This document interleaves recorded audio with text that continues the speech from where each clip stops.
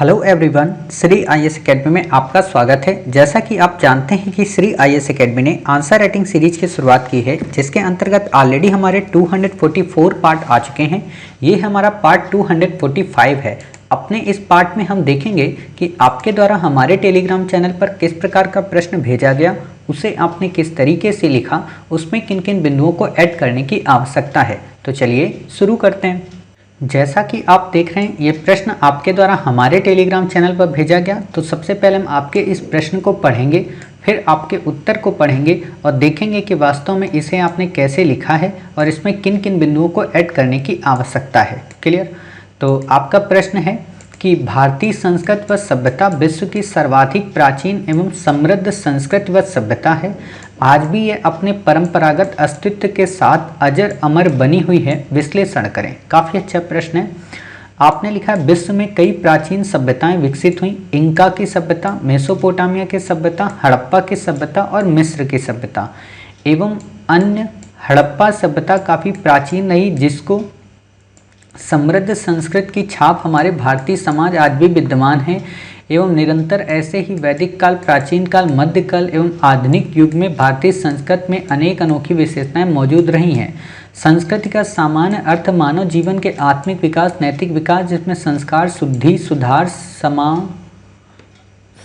सुधार और ये क्या लिखा है, सजावट आदि से है। सामान्य अर्थों में संस्कृत का सभ्यता से व्यापक क्षेत्राधिकार है। सभ्यता मूल में मानव समाज की उपज है जो अनुकरणीय है। समाज दर समाज बदलता रहता है, किंतु संस्कृत की छाप विभिन्न समाजों अपनी प्रतिरूप प्रदर्शित करती रहती हैं। यहाँ पे कंजंक्शन का आपने प्रयोग कम किया है, ठीक है। भारतीय संस्कृत का वैदिक युग में व्यवस्थित रूप देखने को मिलता है। धीरे धीरे क्रमशः ग्रामीण से शहरी की ओर बढ़ती भारतीय संस्कृत अपनी विशिष्टता बनाए विभिन्न समाजों की कई विशिष्टताओं को अपने में समाहित कर अपने मौलिक विवेकशील विचारों को बनाए रखी है।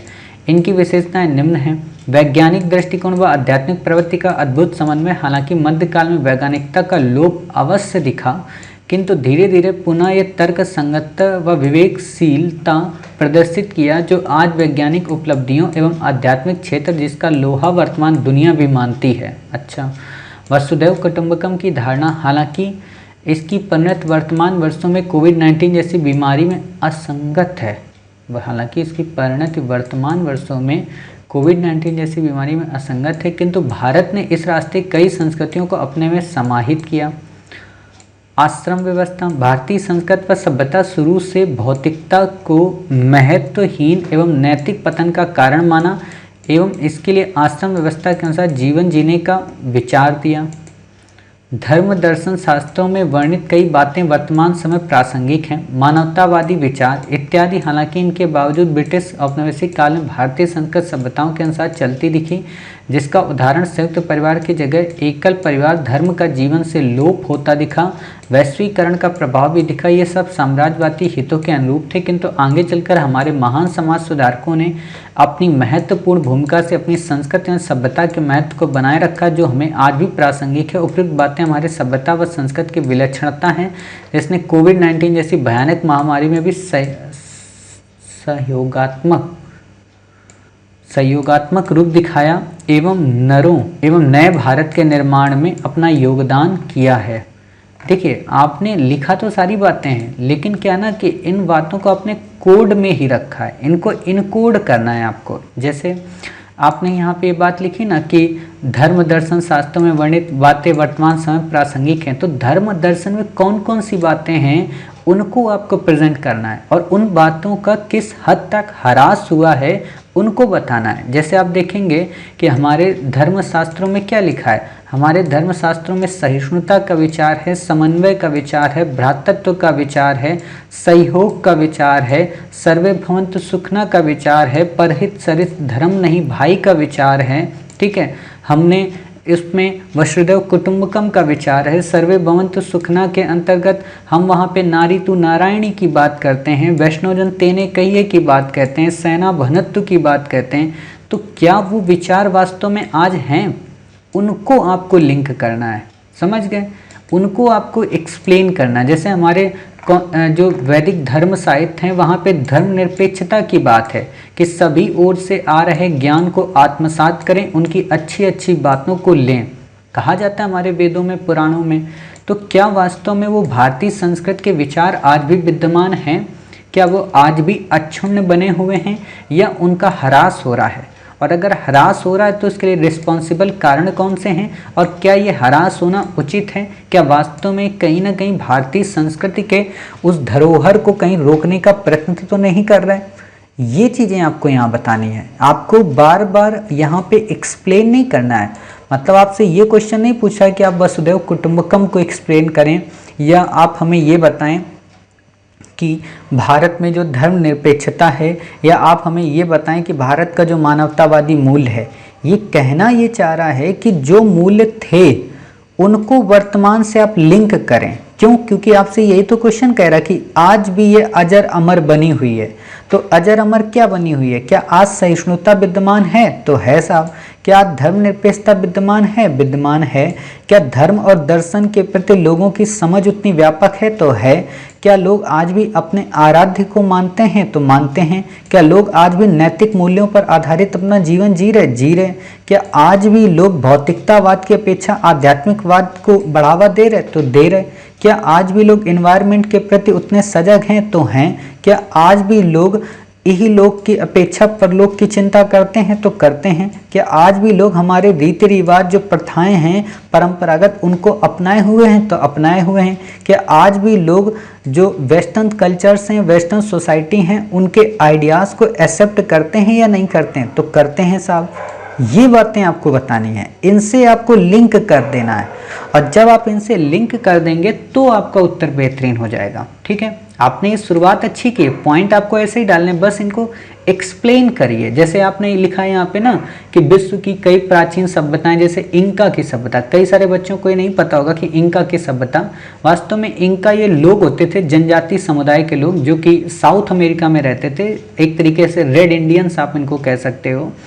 तो इंका की सभ्यता उन्हीं के द्वारा डेवलप की गई थी। ठीक है, तो आप इसको ऐसे लिखिए कि भारतीय संस्कृत व सभ्यता कैसे विश्व के सर्वाधिक प्राचीन है। आप ये लाइन यहाँ पे एक्सप्लेन ही कर चुके हैं, तो आप इसको एक्सप्लेन कर दीजिए कि भारतीय जो संस्कृत व सभ्यता है वो मिस्र, मेसोपोटामिया व इंका की सभ्यता से काफ़ी प्राचीन है। इसमें न केवल संस्कृत के गुणों का लक्षण देखने को मिलता है, बल्कि सभ्यता के विकास की अवस्था का भी पता चलता है। स्मरणीय हो कि संस्कृत क्या है, सभ्यता क्या है, आप वो यहाँ पे बता देंगे। और फिर आप बताएंगे कि अच्छा आज भी ये अपने परंपरागत अस्तित्व के साथ कैसे अजर अमर बनी हुई है। परंपरागत अस्तित्व का मतलब कि कैसे परंपरा में हमारे यहाँ धर्म, साहित्य, विज्ञान, कला, ठीक है, और हमारे यहाँ शहरीकरण, नगरीकरण, ये सब चीज़ें बातें विद्यमान थी। क्या वास्तव में ये आज हैं? तो हैं। क्या आज भी हम गांवों को उतनी तरजीह दे रहे? तो दे रहे। क्या आज भी हम कुटीर उद्योग को उतना प्रमोट कर रहे? तो कर रहे। क्या आज भी माता के प्रति हमारा सम्मान है? तो है। क्या आज भी हम अपने आराध्य की उपासना करते हैं? तो करते हैं। इस पर इम्पैक्ट क्या पड़ा ग्लोबलाइजेशन का, आप इसको बता दें। जब अजर अमर की बात आई है ना भाई, ये आपसे दो कॉन्सेप्ट पूछ रहा है, विश्लेषण करने को कह रहा है कि क्या सच में अजर अमर बनी हुई है, तो आप बता देंगे कि हाल ही की कुछ घटनाओं ने इसकी अजर और अमरता पर प्रश्न चिन्ह लगा दिया है। चाहे वो ग्लोबलाइजेशन का इफेक्ट हो, चाहे कोविड-19 का पेंडेमिक हो, चाहे फिर हमारा बताइए वेस्टर्न कल्चर्स के कई सारे आइडियाज़ हों, वो तो हालांकि ग्लोबलाइजेशन में ही आ जाएगा। ठीक है, या हमारे इंडिया का जो उग्र राष्ट्रवाद है वो कहीं ना कहीं इस चीज़ को डाइल्यूट कर रहा है, या हमारे यहाँ जो सहिष्णुता का विचार है वो असहिष्णुता में तब्दील हो रहा है, या हमारे यहाँ के जो नैतिक मूल्य हैं वो किस तरीके से लोगों के पतन में जा रहे हैं। आज लोग किस तरीके से भोग विलास की वस्तुओं में अपने आप को संलिप्त कर चुके हैं और उसे ही अपने जीवन का अंतिम साध्य मानते हैं। ये बातें आप बता सकते हैं। फिर आप बता सकते हैं कि अतः सरकार को ही नहीं बल्कि समाज के हर एक वर्ग को अपनी संस्कृत को सहेजने की आवश्यकता है, क्योंकि भारतीय संस्कृत वास्तव में प्राचीन ही नहीं बल्कि गुणों से पोषित संस्कृति है, जिसकी न केवल विश्व ने सराहना की है बल्कि विश्व आज एक टकटकी भरी निगाहों से इसे देख रहा है कि कब तक ये संस्कृति अपने आप को, अपनी परंपरागत अवस्था को सहेज कर रखेगा। और वैसे भी भारतीय विदेश नीति में भारतीय संस्कृति का अहम योगदान रहा है। इसने हार्ड पावर की जगह पे सॉफ्ट पावर के माध्यम से विश्व की नीतियों को परिवर्तित करने की एक सकारात्मक पहल की है। आप ये बता सकते हैं, आप इसमें क्या कर सकते हैं, यूनेस्को की वर्ल्ड हेरिटेज साइट्स में, विश्व विरासत में जो हमारी कई सारी एक तरीके से कल्चरल इंटेंजिबल साइट्स हैं या कई सारी कल्चरल जो एक्टिविटीज़ हैं उनकी बातें आप कर सकते हैं। जैसे हम कुंभ को आपने देखा होगा यूनेस्को ने दिया, योग को दिया, अहिंसा परमो धर्मा को दिया, बुद्ध की जन्म शतियाँ मनाई गई। आप इनका उल्लेख कर सकते हैं कि किस तरीके से आज जो इंडियन कल्चर का जो योग है, योग का कॉन्सेप्ट जो है आज वो इंटरनेशनल योगा डेज के रूप में जाना जाता है। किस तरीके से कुंभ को यूनेस्को ने भारत का सबसे बड़ा ही नहीं बल्कि दुनिया का सबसे बड़ा फेस्टिवल कहा। ठीक है, आप बता सकते हो कि किस तरीके से भारत का जो संकीर्तन है, भारत की जो रामलीला है, भारत में जो नृत्य हैं उनको कैसे तरजीह दी जाती है, ये बातें आप बताएंगे। क्योंकि यही बातें तो उसने पूछा है। अजर अमर का मतलब क्या होता है कि कोई व्यक्ति आज कितना प्रासंगिक है या उस व्यक्ति के बारे में आज दुनिया कितना जानती है। आप देखेंगे कि आज भी जब भी कोई फॉरेनर आपसे मिलेगा तो क्या कहेगा, ये इंडियन कल्चर है। वो ये नहीं कहेगा। आज इंडियन कल्चर का आप देखते होंगे कि कोई फॉरेनर महिला जब साड़ी पहनती है तो अपने आप को काफ़ी गौरवान्वित महसूस करती है। क्यों? क्योंकि इंडियन कल्चर में जो साड़ी पहनना है वो काफ़ी बेहतरीन चीज़ माना जाता है। क्लियर? अपेक्षाकृत उन छोटे कपड़ों के जो उनके यहाँ पहने जाते हैं।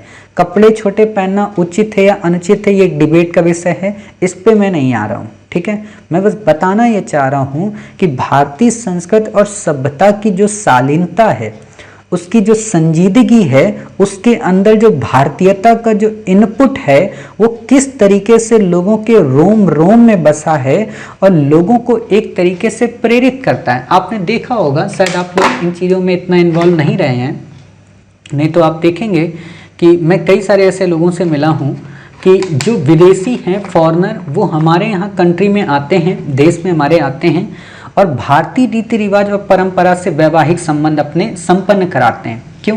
क्योंकि उनको इंडियन ट्रेडिशंस पे काफ़ी ज़्यादा भरोसा है, उनको यज्ञ की उस आहुति पे भरोसा है, उनको उस संबंध जो पंडित जी के द्वारा जो मंत्र पढ़े जाते हैं, उनका जो उच्चारण किया जाता है, उस पर उनको मज़ा आता है।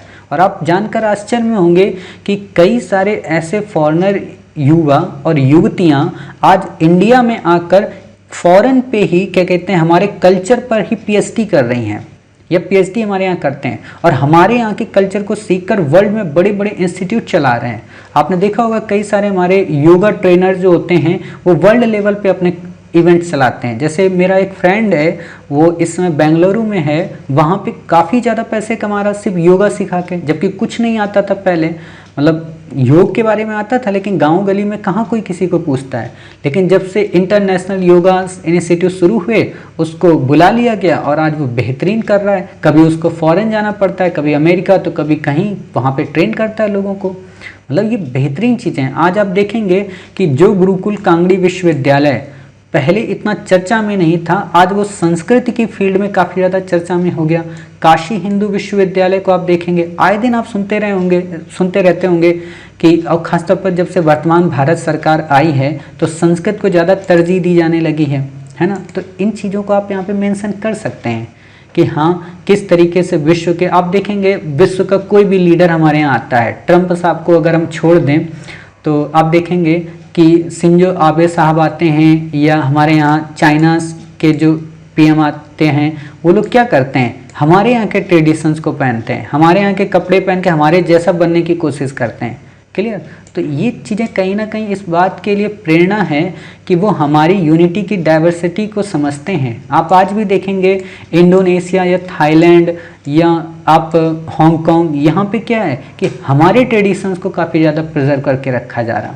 तो आप इन चीज़ों को यहाँ मेंशन कर सकते हैं कि किस भाई, प्रासंगिकता तो तभी होती है ना कि जब वर्ल्ड के अलग अलग कंट्री आपके बातों को और आपके विचारों को एडॉप्ट करें। और जब वो एडॉप्ट कर रहे हैं तो फिर आप क्या कर रहे हैं, क्या आप अपने देश में सीए और एनआरसी के माध्यम से, उग्र राष्ट्रवाद के माध्यम से इंडिया की यूनिटी को तोड़ने का प्रयत्न कर रहे हैं? क्या आप इंडिया में जो ईद है, रमज़ान है, या जो दिवाली है, या जो होली है, रक्षाबंधन है, इन त्योहारों को तरजीह नहीं दे रहे? क्या आप इंडिया के जो टेम्पल्स हैं, क्या उनको केवल एक तरीके से आडंबर का स्थल बना रहे, या लोगों की उपासना या आराधना का एक संकल्प बना रहे? इस पर भी बात होती है।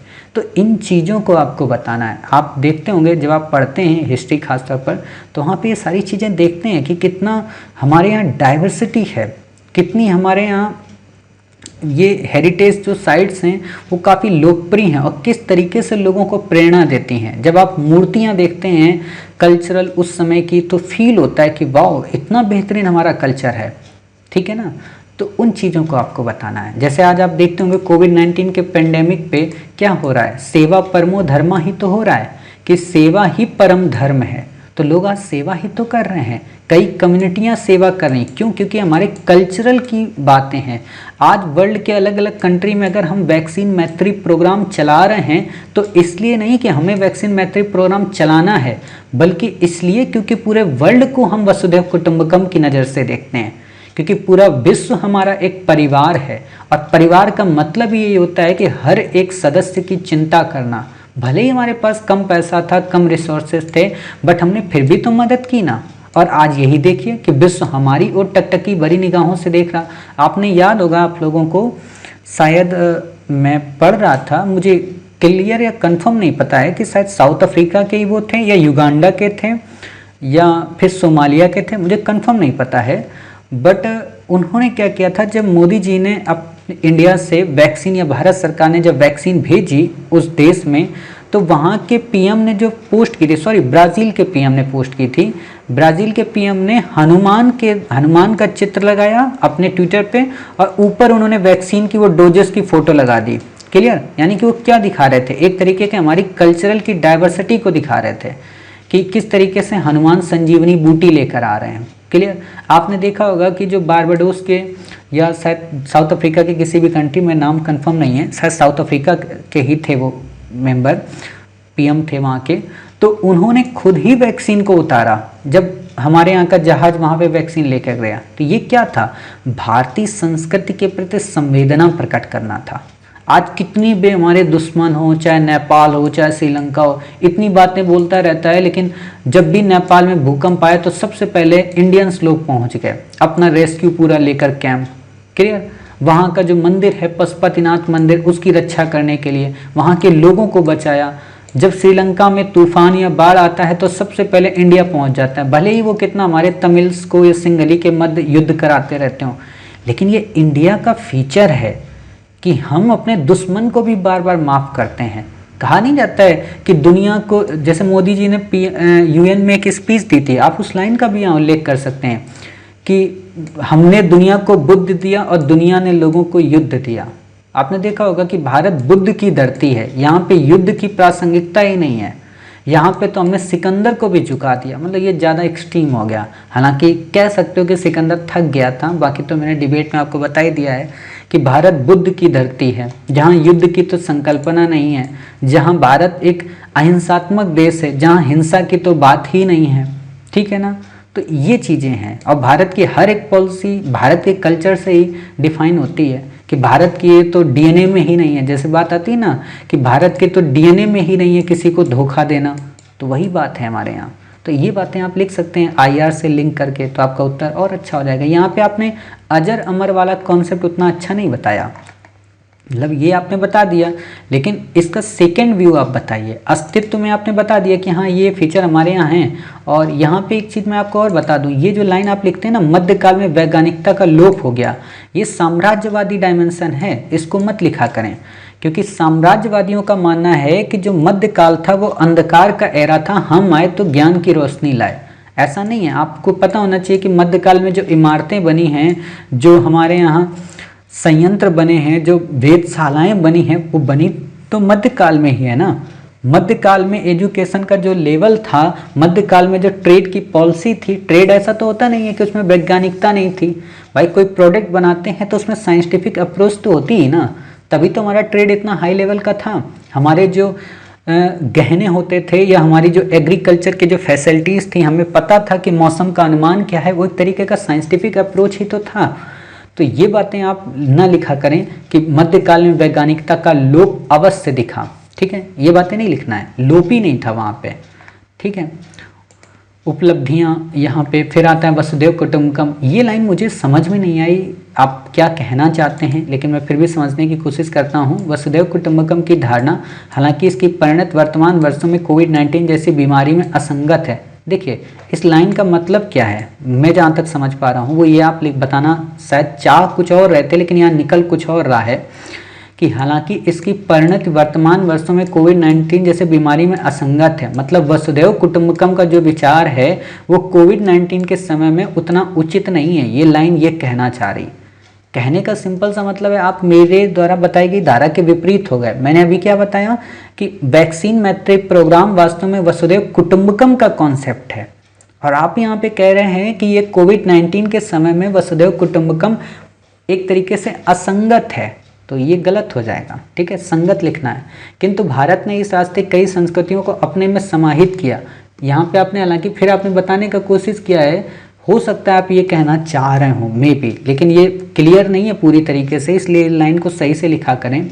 आप ये मुझे ऐसा लग रहा है कहना चाह रहे होंगे कि विश्व में वसुधैव कुटुंबकम का ह्रास हुआ, लेकिन भारत ने अपनी वसुधैव कुटुंबकम को सहज रखते हुए ही लोगों की कोविड-19 में मदद की। हो सकता है आप ये कहना चाह रहे हैं, लेकिन ये लाइन समझने में एग्जामिनर को बड़ी मशक्कत करनी पड़ेगी, इसलिए बिल्कुल सरल भाषा में लिखें, ठीक है।